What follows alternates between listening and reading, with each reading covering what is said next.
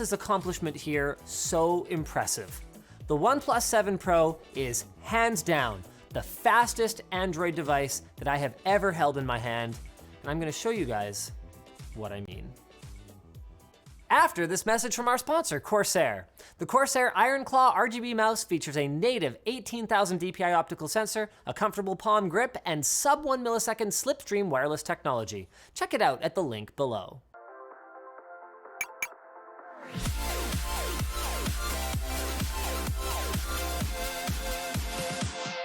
Let's get the bad stuff out of the way right now. The OnePlus 7 Pro doesn't have a headphone jack. Though in fairness, neither do most flagship phones these days, so harping on that feels like background noise, especially when it also falls short in some other key areas. 1, it lacks any wireless charging, when leaders like Huawei and Samsung have moved on to high-speed wireless charging and even wireless power sharing. 2, it carries no independently validated water or dust resistance rating, when even Apple has been doing this for years now. 3, it eschews other add-ons and features beloved by Android enthusiasts, like expandable storage, IR blasters, or removable batteries. And 4, finally, it's just plain not cheap anymore.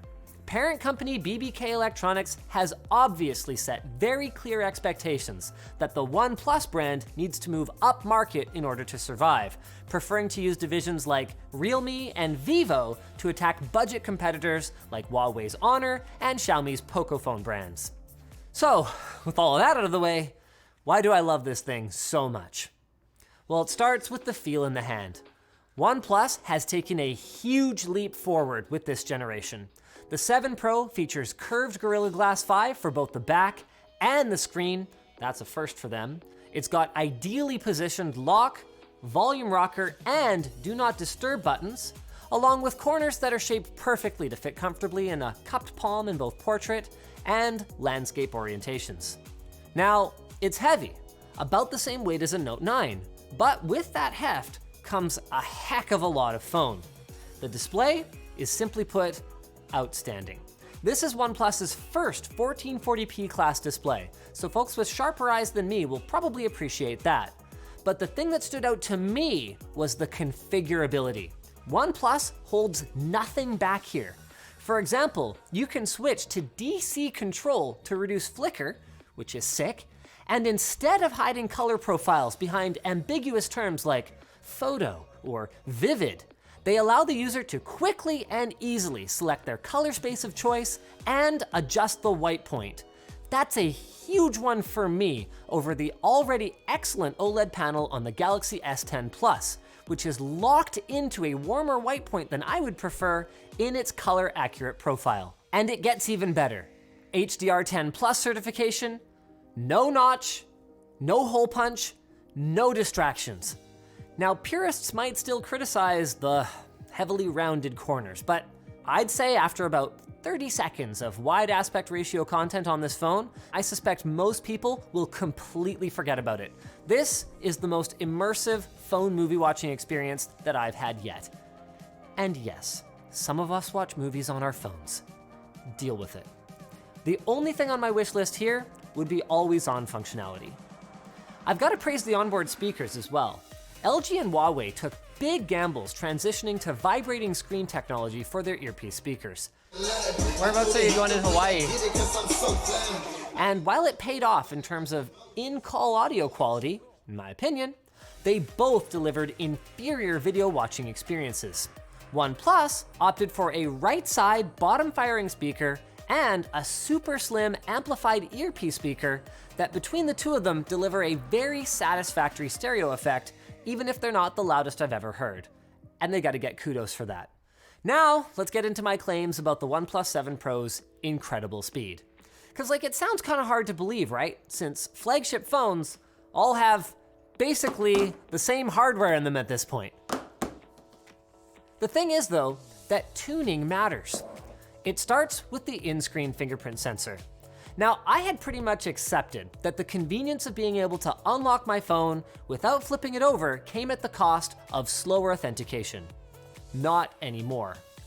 Every device that you're looking at here has the latest updates. The 7 Pro is just that much faster.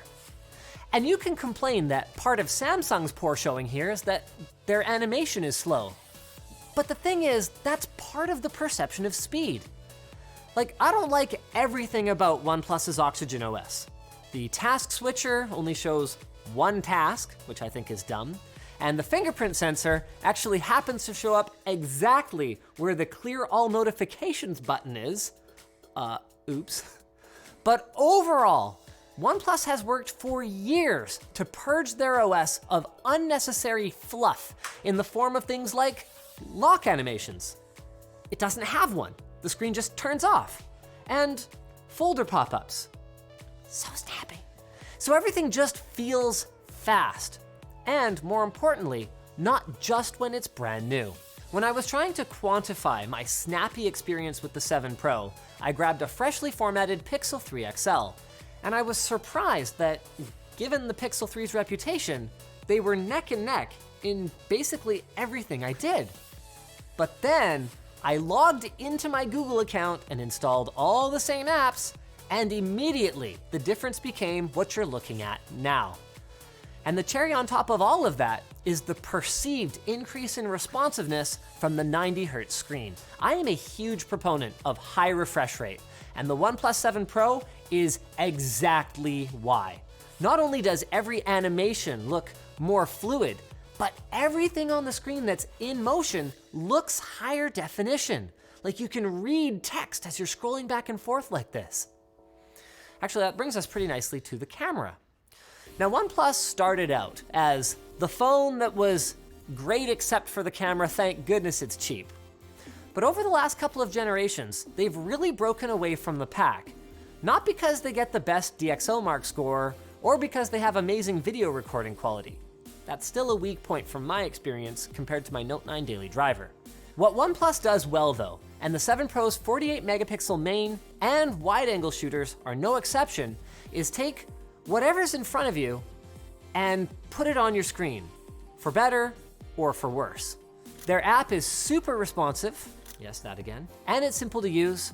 And on the image processing side, they tend not to overdo anything like edge enhancement, noise reduction, or color saturation.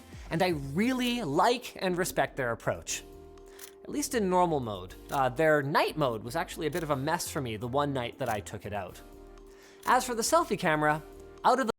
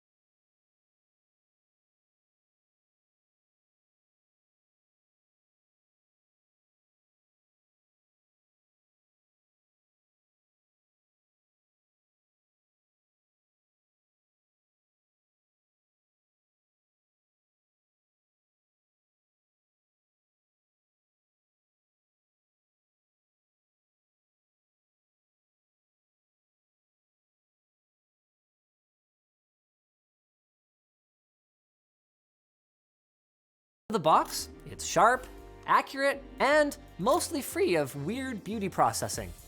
So pretty good in my book already. But of course, that's far from the coolest thing about it.